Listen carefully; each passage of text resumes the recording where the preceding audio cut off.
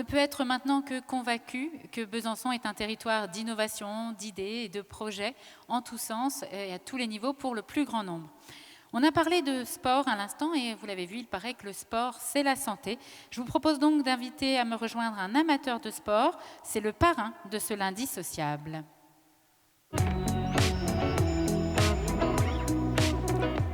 Les gens ont connu Gérard Vivès, acteur, dans une sitcom des années 90, Les filles d'à côté, souvenez-vous. Il avait cette carrure athlétique qui a bien sûr marqué les esprits.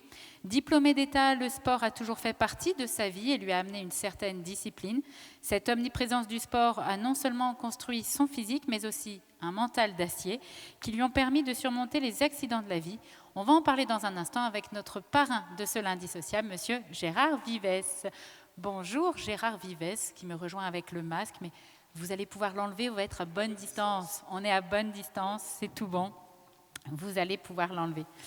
Alors je le disais, sportif, vous l'êtes, ça vous a forgé un physique, ça vous a forgé également un mental, et en particulier un mental qui vous a servi, c'était en octobre 2010 sur un plateau télé.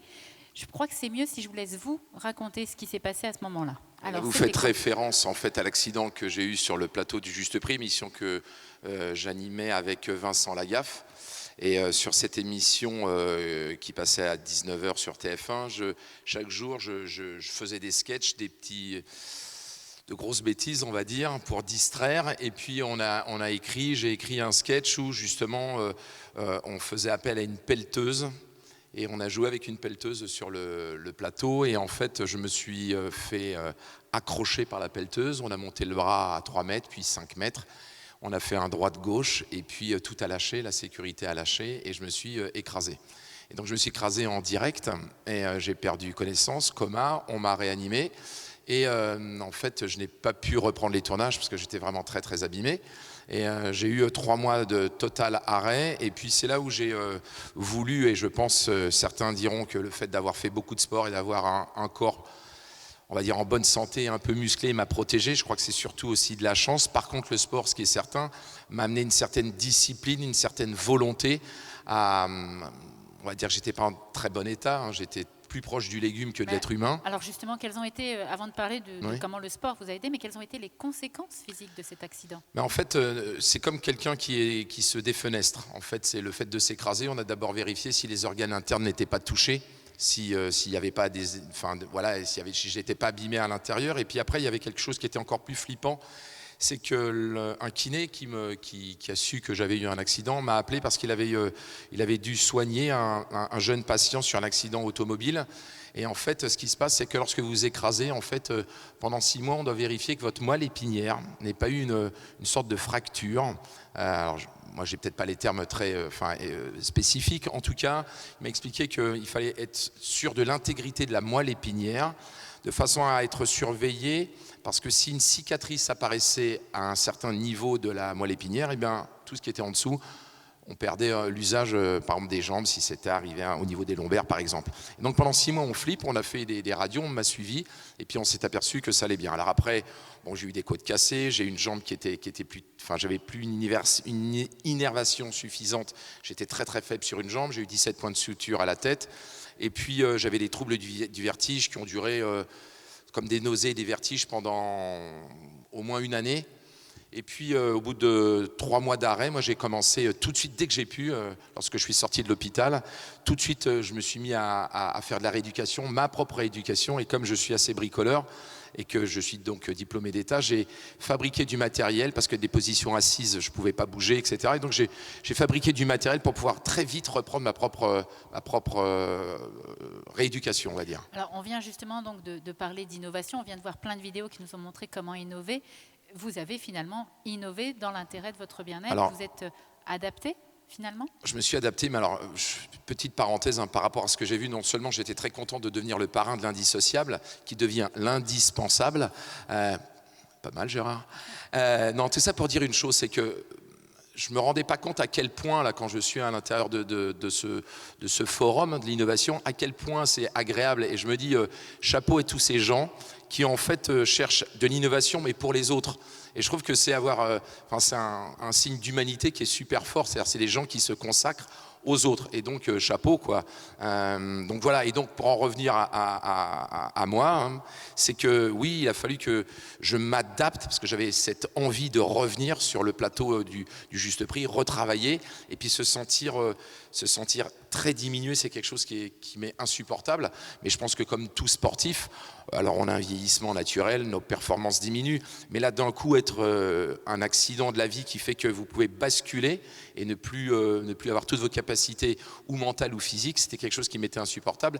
Et de ce fait, je me suis dit, il va falloir que je revienne très très vite, il va falloir que je m'adapte et que j'adapte le matériel ou ma façon de m'entraîner de façon à revenir, être plus humble devant la difficulté et puis comment ça s'appelle, l'aborder de manière très différente pour un seul but, revenir le plus vite possible en forme. Alors, du coup, quel type d'outils vous avez mis en place? Quel type d'outils vous avez fabriqué pour votre propre rééducation? Notamment, c'est des trucs tout simples. C'est que, par exemple, pour faire ce qu'on appelle du développé couché, moi, tous les mouvements où j'étais allongé, j'arrivais plus, j'avais trop de vertige.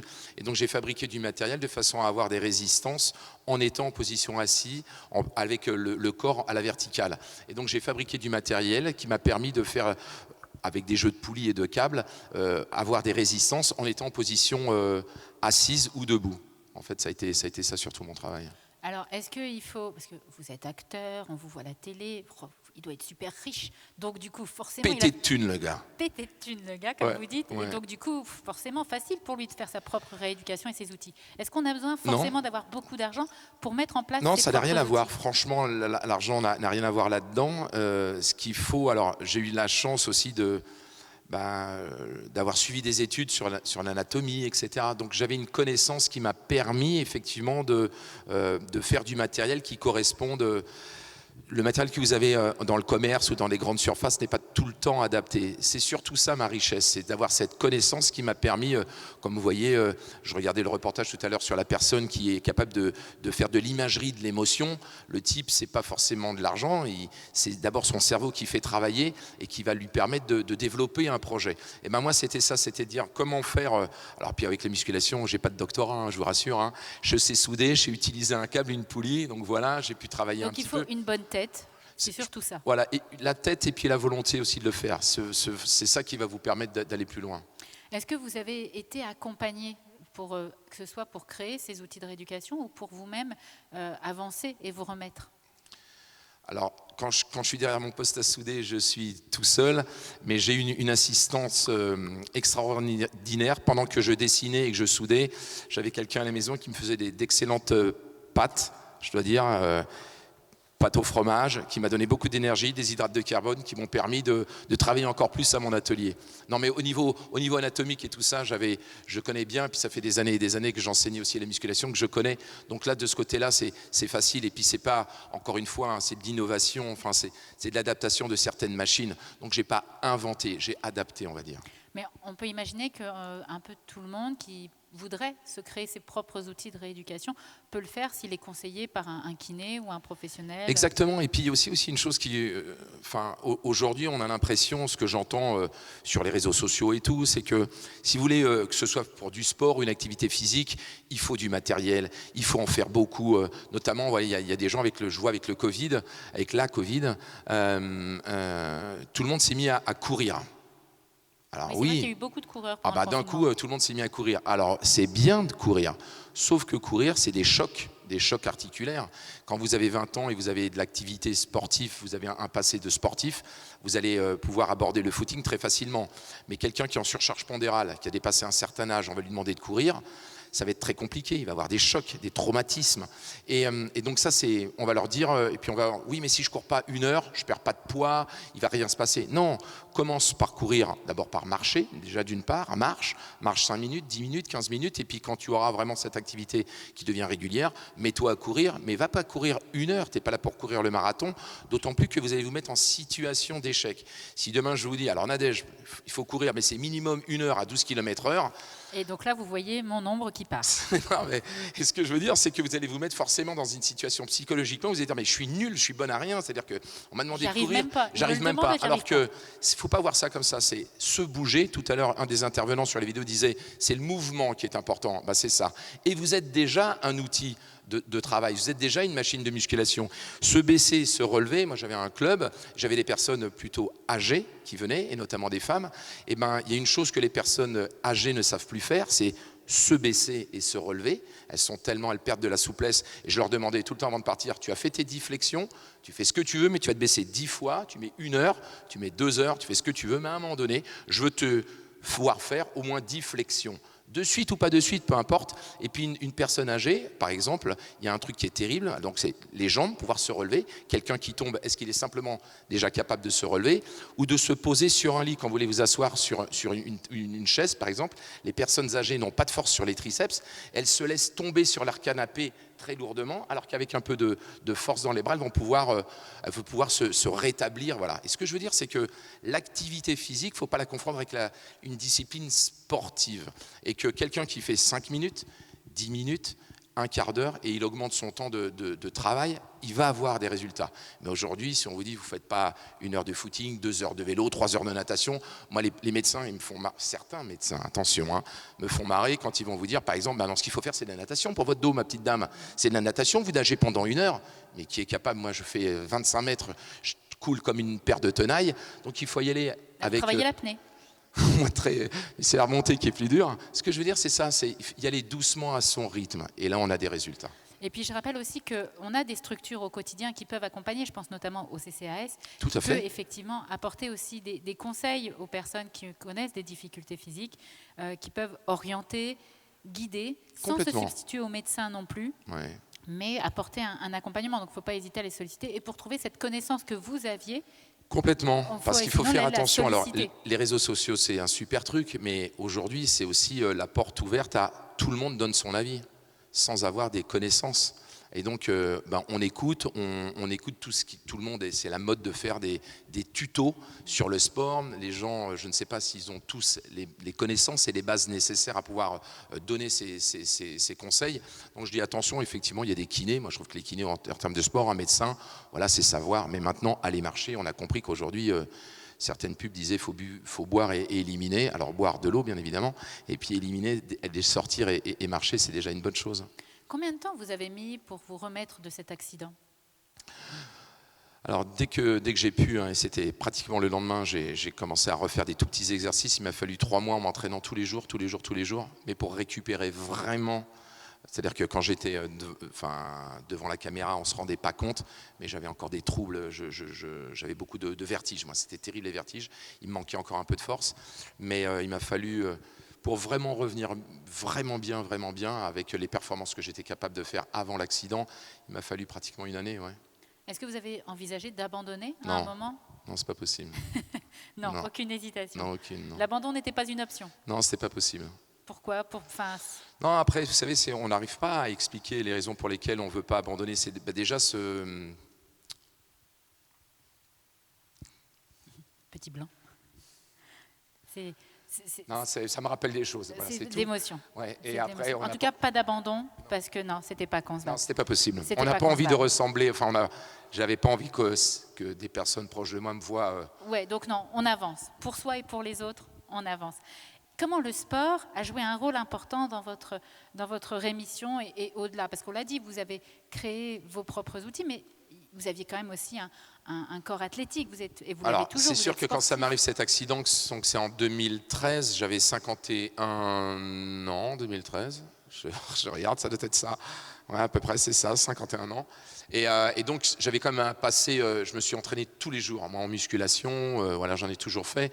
Donc, j'étais habitué à ça. Donc, c'est aussi, même si aujourd'hui, j'ai plus forcément le plaisir d'aller m'entraîner, il est inconcevable pour moi de ne pas faire ma séance d'entraînement chaque jour. C'est devenu, c'est une habitude, c'est une bonne habitude. Donc, j'avais pas de problème de me poser les questions, de me dire est-ce qu'il faut que j'y aille, j'ai pas envie. Envie ou pas envie, je me pose plus cette question. J'ai pas envie, j'y vais quand même. J'ai envie, j'y vais. Voilà, j'y vais tous les jours. Tous les jours, j'ai besoin de ça parce que je sais aussi que, plus on avance dans le temps, plus plus on connaît des difficultés physiques, musculaires, etc. Et donc, en revanche, je peux comparer entre les gens qui ne font pas du tout de sport et puis ceux qui ont une pratique régulière. Je ne parle pas du sport à haut niveau, parce que le sport à haut niveau peut aussi abîmer, mais quelqu'un qui a une activité physique au quotidien, je peux comparer parfois mon état, c'est très prétentieux ce que je vais vous dire, mais c'est vrai, quelqu'un qui n'a pas une vie, sans aucune activité physique, on voit tous les problèmes, que ce soit cardio-pulmonaire, que ce soit médicaux, voilà exactement. Le cœur, le souffle, et donc, on vit mieux sa vieillesse quand même. Plus on avance et on est mieux, quoi. Donc c'est indispensable à mon sens. Et alors, en dehors du sport, qu'est-ce qui vous a aidé à surmonter cette période difficile, tant physiquement que j'imagine psychologiquement ? Là, c'est vrai que je n'arrive pas à dissocier aussi l'activité physique ou le physique et le mental. C'est la tête qui commande tout. C'est vraiment la tête qui vous permet d'aller plus loin. Et après, c'est les objectifs. Après, il y a aussi un truc dont on ne parle peut-être pas assez, c'est aimer. C'est-à-dire que quelqu'un qui est passionné, quelqu'un qui aime, ça devient vital, il ne se pose plus la question. Il était hors de question, moi j'aimais aller faire mes petites conneries devant la caméra, de jouer, de distraire les gens, d'être le bouffon. Et ça, c'est quelque chose qui me plaît, animer. Voilà. Et ne plus avoir ça, ne plus être sur scène, ne plus entendre les rires, ne plus distraire les gens, c'est quelque chose qui me manquait. Donc, il est hors de question de ne pas d'une part, pour mon intégrité physique, de ne pas me redevenir ce que j'étais, d'une part, et puis ça me manquait. Donc vous avez un but, vous avez envie de faire quelque chose, et c'est ce qui va c'est votre moteur en fait. C'est vrai que le fait d'apprécier quelque chose, ça va vous sortir plus de volonté, plus d'envie. Et le sport, vous le disiez, c'est à la fois physique, mais c'est aussi beaucoup de mental. C'est le mental. Est-ce que c'est plus le mental que le physique ? Je disais. Franchement, vous voyez, quand les gens vont... Aujourd'hui, les salles de musculation, de remise en forme sont légion, il y en a partout. Mais en fait, le plus dur, c'est pas quand vous arrivez à la salle. C'est le chemin qui vous mène de chez vous à la salle. Vous êtes dans votre canapé, vous avez fait une journée de travail, vous vous asseyez, vous dites, il faut que j'aille à la salle maintenant, vous n'avez pas envie. C'est ça le plus dur. Voilà. Et donc, c'est ça qui vous donne l'envie, c'est la volonté. C'est-à-dire que c'est ça qui va vous pousser à arriver dans la salle. Et puis quand vous allez dans la salle, il y a aussi une notion de social. Je me retrouve avec des potes, avec des hommes, des femmes, on partage la même discipline, on va parler d'autres choses, c'est plus léger, on va se vider aussi la tête parce que c'est important, c'est en tapant la balle au tennis ou en soulevant des poids à la salle, on va se vider la tête. Et une fois qu'on y est, c'est facile de s'entraîner, c'est facile d'avoir cette activité. Mais le chemin qui vous mène de chez vous à la salle ou au stade pour aller courir ou à la forêt ou prendre votre vélo, c'est ça le plus dur. Et en fait, le mental, il est là. Le mental, il est de se dire, j'y vais, quoi qu'il arrive, quelle que soit l'heure, j'ai besoin d'aller faire ma séance et j'y vais. Et ça vous fait du bien, parce que la fatigue que vous éprouvez après une longue journée de travail, lorsque vous ressortez d'une salle et pourtant vous accumulez peut-être 1 heure d'activité en plus, la fatigue avec laquelle vous ressortez, elle est bénéfique. Vous vous sentez nettement mieux. Il y a une oxygénation de tout et vous vous sentez vraiment mieux. Mais c'est ce moment de j'ai fini ma journée, j'en ai marre et il faut que j'aille maintenant m'entraîner ou j'aille faire ma petite séance d'activité ou faire aussi, ce qui est encore plus dur, c'est faire du sport chez soi, des séances de gainage tout seul, sans motivation. Il faut vraiment avoir envie. Donc si on peut être en bande, sortir, les cours collectifs, certains peuvent critiquer, mais ça a une espèce de motivation, une émulation qu'on est en groupe. J'ai pas envie d'y aller, mais toi tu as envie et on y va. Donc cette émulation, elle se crée là. Mais la volonté, elle est pour y aller. Gérard Vivès, vous me faites des super transitions. Et le social dans tout ça, justement. Écoutez. Alors, le sport, justement, parce que faire du sport, on l'a dit, c'est bon pour la santé, c'est bon pour le mental, mais c'est aussi effectivement un vecteur social essentiel. Mais tout à fait. Et moi, j'ai travaillé pendant 3 ans sur une chaîne qui s'appelait Santé Vie. Et c'était une chaîne sur laquelle j'avais créé un concept de découverte des disciplines sportives. J'ai fait 100 émissions sur toutes les disciplines sportives. Et en fait, j'ai toujours cet exemple d'un jeune qui était en National 2 de basket et l'émission c'était qu'est-ce que le basket, qu'est-ce que ça consiste en quoi et qu'est-ce que ça apporte le basket. C'est pas simplement mettre une balle dans un panier. Et ce garçon-là, en fait, c'est sa maman qui l'avait mis au basket parce qu'il était d'une part extrêmement timide et extrêmement maladroit. Et donc, elle lui avait fait essayer pas mal de sports. Et en fait, dans le basket, le simple fait de j'ai un ballon, mais je dois le passer à quelqu'un où je vais le recevoir, c'est déjà une communication. Et c'était un gamin qui était vraiment c'était presque maladif. C'était quelqu'un qui avait du mal à communiquer. Et le fait de le faire pratiquer une discipline comme le basket, non seulement il est devenu adroit, et en plus sociable entre guillemets, de communiquer avec les autres, parce qu'un sport collectif lui a développé ça. Et en fait, ce qui était intéressant, ce qui m'intéressait dans cette émission-là, c'était de comprendre que le sport n'amène pas que pour le foot taper une balle et la mettre au fond d'un filet, mais qu'il y a une communication, il y a une stratégie qu'on peut avoir à plusieurs, c'est rencontrer des gens, c'est communiquer, c'est si j'ai un ballon et je dois le passer à un copain, il faut que je me démarque, il faut qu'il se démarque. Donc c'est une obligation aussi d'avoir une communication entre individus, quoi. Donc il y a un côté social qui est évident. Et est-ce que le sport est bon pour l'estime de soi ? Est-ce que ça peut jouer sur l'image qu'on a de soi ? Alors là, on va finir, il est 3h du matin. Mais est-ce que ouais, c'est sur Internet. Lorsque vous êtes en situation de réussite, forcément, lorsque vous cherchez un objectif et vous l'atteignez, quel qu'elle soit, je ne dis pas être champion du monde ou battre des records du monde, etc., mais le simple fait par exemple, plus maintenant, mais c'est vrai qu'à une époque, les femmes ne faisaient pas beaucoup de musculation. On leur demandait de faire une pompe. Les femmes, elles vous demandent toujours les triceps, que ce soit le dessous des bras un peu plus tonique, une poitrine un peu plus remontée, etc. On leur dit de faire des pompes. Et souvent, les pompes, c'est très compliqué. Pourtant, voilà, faire une pompe, c'est pas extraordinaire. Mais quand on n'a pas cette capacité-là, et qu'à force d'entraînement, on y arrive, c'est tout petit comme victoire. C'est tout petit par rapport à quelqu'un d'extérieur, mais par rapport à vous-même, vous vous mettez dans une situation de réussite. Et donc, d'un coup, vous avez une autre image de vous. Vous dites, tiens, ça, j'ai réussi à le faire. Donc oui, ça peut aider ça. Ça peut aider. Maintenant, moi qui ai fait du culturisme, on pourrait dire, c'est des mecs qui font que de se regarder dans des miroirs. Non, je n'ai jamais pensé. Ok, je mens, oui.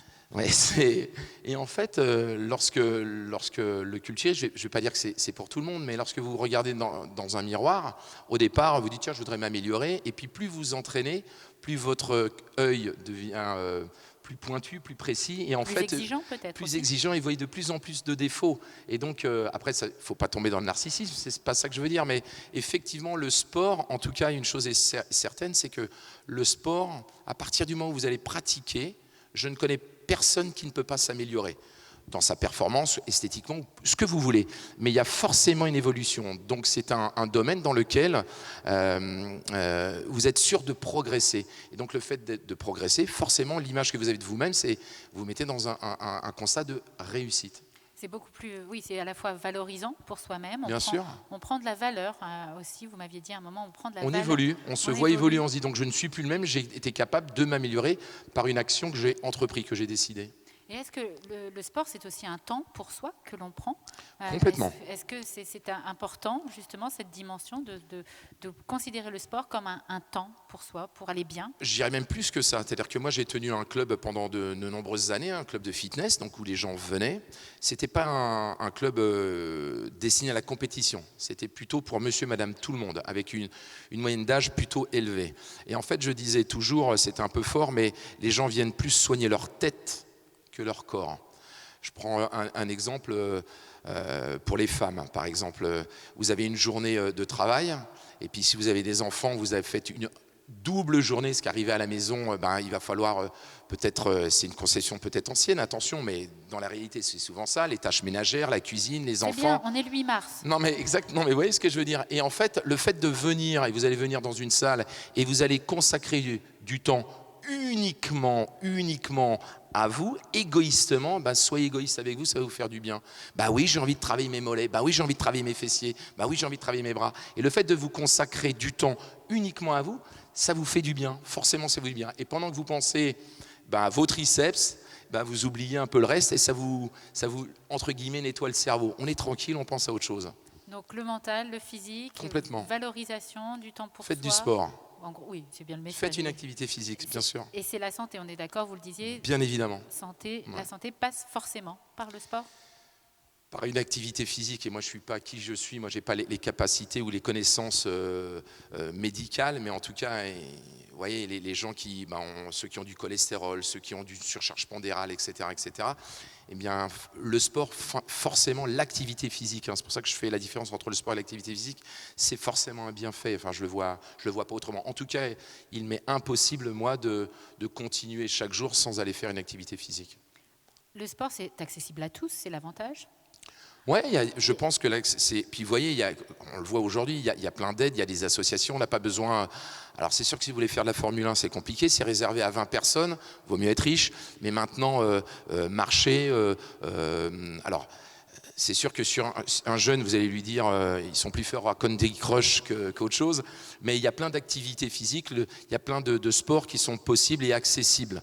Donc, et puis c'est faire aussi une économique, faire du sport, parce que si vous avez une activité physique régulière, les probabilités de tomber malade sont quand même moins importantes. Le système immunitaire est plus renforcé. Vous avez moins de problèmes cardiaques. Il y a beaucoup de choses qui font que même je vois parce que sur des hôpitaux qui traitent les cancers. Par exemple, on demande aux personnes qui sont atteintes de cancer de faire des activités physiques parce qu'on s'aperçoit, alors qu'avant on aurait plutôt tendance à dire reposez-vous, et non, au contraire, ça renforce, ça développe le mental et ça développe aussi sa capacité à se battre. Donc pour moi, bien évidemment, le sport, l'activité physique, c'est un plus pour la santé. Et alors, on est aussi dans ce lundi sociable, on pense aux plus précaires. Est-ce que là encore, justement, quand on est dans des situations complexes, le sport peut justement permettre de s'aérer la tête, d'aller un peu mieux, d'éviter des problèmes de santé notamment? Non, mais c'est évident. Et puis après, il y a des disciplines. Ce qu'il y a de bien, je regardais justement pour les plus défavorisés, pour les ostéos, etc. Lorsque vous êtes sur un terrain de foot, on vous met la même chasuble, un maillot, un short, et il n'y a plus de niveau, il n'y a plus de catégorie. Exactement. Alors après, il est certain que selon l'âge que vous avez, il y a des disciplines plus compliquées à faire, plus dangereuses, plus risquées, mais trouver une activité physique adéquate et qui vous permet, vous, de faire et de pratiquer, c'est possible. Moi, j'avais fait alors, c'est un peu particulier, mais je me rappelle d'une émission où j'étais avec le quarterback de l'équipe de France de football américain et qui me disait, pour les enfants, puisque là, c'est sûr qu'une personne qui n'a jamais fait de sport aller faire du football américain, c'est trop dangereux, mais il m'expliquait que, par exemple, dans une équipe de football américain, souvent les enfants qui sont un peu gros en surcharge pondérale se font chambrer, surtout aujourd'hui, où l'époque c'est sur les réseaux sociaux, où maintenant on se prend en photo soi-même, où on se regarde vraiment le nombril. Et le football américain me disait, ça permettait justement à des personnes, des enfants qui étaient un peu gros, par exemple en athlétisme c'était compliqué, autour des sports ou de vivacité c'était compliqué, peut-être que cette personne qui était plus massive et peut-être moins alerte, pouvait rentrer dans des lignes d'attaque ou de défense. Et il m'expliquait que, par exemple, dans une équipe de football américain, on a besoin de tous les gabarits et que des personnes, et notamment, je me souviens de cet enfant-là qui était vraiment gros sur surcharge pondérale, le fait de pouvoir rentrer dans l'équipe, il dit non mais t'es gros, mais t'inquiète pas, tu vas trouver ta place. Le gamin s'était senti super bien et à force de pratiquer, alors en fait de son poste de départ qui était plutôt je suis un pilier, je bouge plus, il était devenu plutôt un coureur parce qu'il avait perdu le poids, parce qu'il s'était pris de passion pour cette discipline qu'est le football américain, il avait complètement changé. Et tout de suite on a pu l'accueillir dans une structure où généralement vous n'aurez pas pris. Comme le rugby, ça peut être, on parlait de football américain. Ouais, ça peut être ça également. Ouais. Donc en gros, quelle que soit ma condition physique, quel que soit mon âge et quels que soient mes moyens, je peux trouver une activité. On peut trouver une activité et puis ne pas se mettre en situation d'échec. C'est une certitude. Alors maintenant, n'allez pas vous comparer à des champions, n'allez pas vous comparer à ce que je faisais à l'âge de 25 ans. Je serais incapable de le faire aujourd'hui. Donc il faut être aussi avoir un certain recul et puis de se dire... tous ceux qui se sont pris, comme je le disais tout à l'heure, ou qui se mettent au tennis, ou qui se mettent au footing d'un coup, ou à nager, attention, il faut y aller en douceur en tout cas. Mais c'est possible pour tout le monde, c'est vraiment possible pour tout le monde. Je prends un exemple tout simple aussi. On me dit souvent, je voudrais faire de l'anglais. Okay, tu voudrais faire quoi? Je voudrais faire 1 heure par mois. Il y a rien qui me dit, non, tu perds ton temps, 1 heure par mois. 1 heure par mois, je sais dire yes et no, je peux dire what time is it? Si je ne fais pas cette heure-là, je ne sais pas. Maintenant, si on me lâche à Londres, je serais incapable de m'en sortir. Mais maintenant, si en 1 heure par mois, je prends goût à ça et je me dis, tiens, c'est quand même pas mal, il faudrait que je fasse 1 heure par semaine.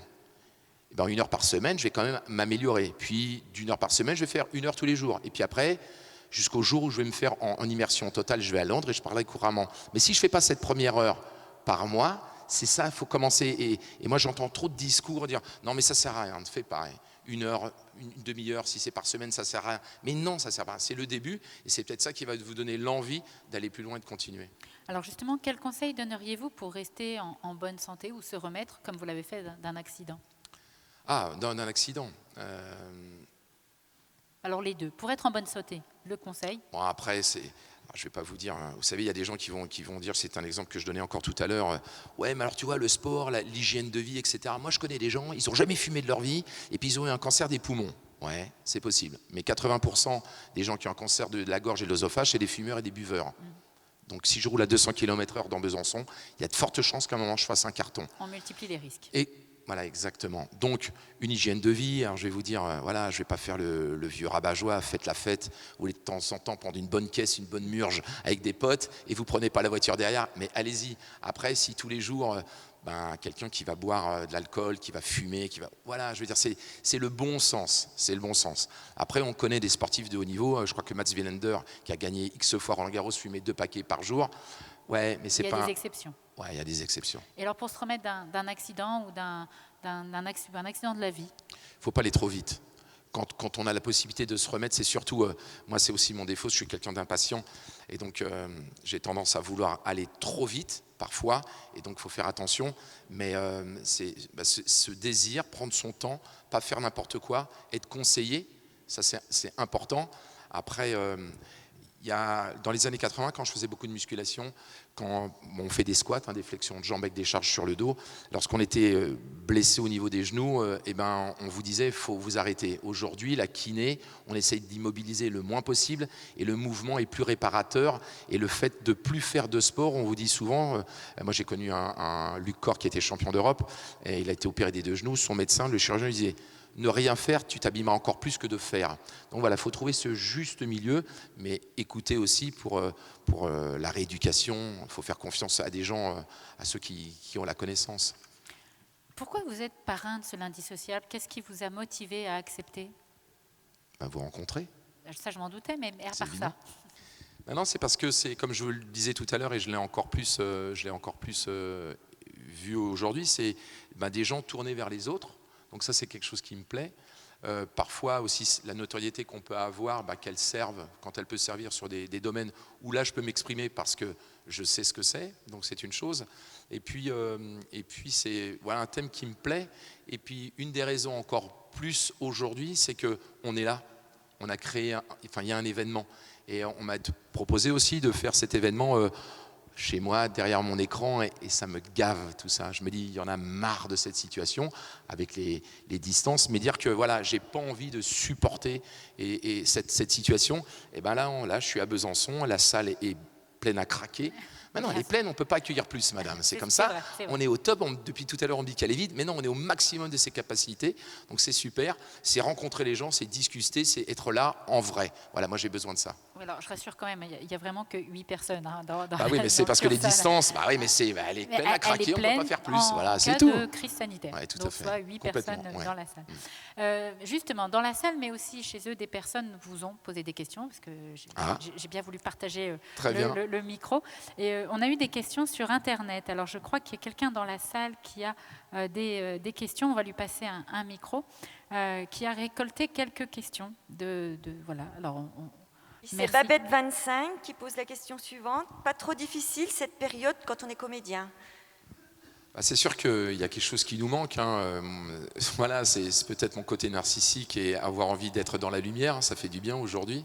C'est évident que c'est dur après. Ouais, ça manque, et puis ça manque à plein de gens, parce qu'il y a aussi une chose, c'est que beaucoup de comédiens là, ne pouvant pas travailler, parce que quand on voit les comédiens, on pense le haut du panier, mais 90% c'est des gars qui galèrent pour avoir des cachets, pour pouvoir travailler. Tout le monde n'est pas Canet ou Lelouch ou Dujardin, etc. Donc c'est très très dur. C'est très dur pour eux parce qu'ils ne bouffent pas aujourd'hui. Donc moi encore... ça peut aller parce que j'ai d'autres activités, j'ai toujours eu d'autres activités. Mais ce que je veux dire, c'est que c'est compliqué. Donc quand on a la possibilité, en tout cas en ce moment, de venir comme moi ici, mais les théâtres sont fermés. Et c'est vrai que quand la situation est difficile économiquement, c'est vrai que la culture, c'est la première chose qui Et dégage. on parlait de sport, mais le sport souffre aussi. C'est évident. Donc c'est quand même compliqué. Bien sûr que c'est difficile, mais moi je vais pas trop me plaindre. Mais je pense à tous ceux qui galèrent pour avoir des cachets, parce que des cachets, ce que je veux dire, c'est des temps de tournage et de travail. C'est très compliqué en ce moment. Donc c'est très très dur. Ouais. Dur pour les intermittents, effectivement. Ouais, complètement. Est-ce que vous avez une autre question du public? Oui, Kiki la frite qui demande... Kiki la frite, salut Kiki. La frite, voilà. D'où vous vient cette force morale? La frustration, je crois. Je faisais Danse avec les stars, je faisais la tournée, j'étais avec Nathalie Péchala. C'est Nathalie? Voilà. Et, on confirme dans la salle. Elle confirme. Je demande à Kiki le bouillon. Et en fait, on discutait sur la tournée. Donc, elle a été 4e aux Jeux Olympiques de danse artistique sur glace. Et il y a un truc, je me souviens, elle était très amie avec celle qui avait été championne olympique, médaillée d'or, donc aux Jeux Olympiques. Et elle me disait que le fait d'avoir s'être consacrée de très jeunes jusqu'à l'âge des Jeux Olympiques, donc c'est des gens qui sont quand même relativement jeunes, c'est des gens autour de 20 à 25 ans, le fait d'avoir atteint quelque chose, d'avoir le but, ils partaient en dépression parce qu'aujourd'hui, elle ne savait plus quoi faire. Et quelqu'un qui est frustré comme moi, qui aurait rêvé de gagner un grand chelem en tennis ou Roland Garros par exemple, ne pas l'avoir fait, cette frustration me pousse à continuer. Donc du coup, tant mieux. Donc tant mieux, exactement. Moi, c'est la frustration qui fait que je ne veux pas lâcher, quoi. C'était la réponse à Kiki la frite. Ouais, est-ce qu'il y a une autre question? Une dernière, Sylviane M. Comment faites-vous pour être toujours aussi bel homme, célibataire? 3 points d'interrogation. Ça me passe sur un tunnel, je peux pas pondre. Voilà, bon, on ne saura pas. Merci en tout cas. Moi, j'ai une dernière question. Allez-y. Quelle est l'actualité de Gérard Vivès, si ce n'est de faire du sport au quotidien? Là, j'ai des enduits du salon à refaire. Il faut que je refasse tout un mur et j'ai des enduits à faire. Ça, c'est une catastrophe. Non, en fait, je m'occupe d'un domaine. Une de mes activités, c'est de reprendre un domaine, un ancien ESAT, établissement de services par aide par le travail, qui est en Bourgogne, près de Nevers. Et c'est un domaine que je rénove, pas tout seul, en famille, de façon à accueillir justement des événements, des salons, des colloques, des conférences, des mariages, etc. Donc, dès que j'ai fini, j'ai une auge et des truelles qui m'attendent et je repars en Bourgogne là-bas pour travailler. Donc, c'est surtout ça. Et puis, en ce moment, ce que j'essaye de faire, c'est justement de retrouver un peu de temps, préparer justement l'après. J'ai envie de retourner à la comédie. J'ai envie de vraiment, et là, ça me fait plaisir, de remonter sur les planches d'un théâtre. C'est un truc qui me manque et j'ai vraiment envie de me lancer un peu plus là-dedans. La comédie, soit filmée, soit du théâtre. J'ai envie de ça en ce moment. En tout cas, on est ravis de savoir que vous êtes en Bourgogne-Franche-Comté. Exactement. On est ravis de l'apprendre. Ouais. Eh bien, écoutez, merci à vous. Merci beaucoup, Gérard Vivès, et merci d'être le parrain de ce lundi social. C'est moi vraiment, j'en suis plus que flatté. Merci. Merci.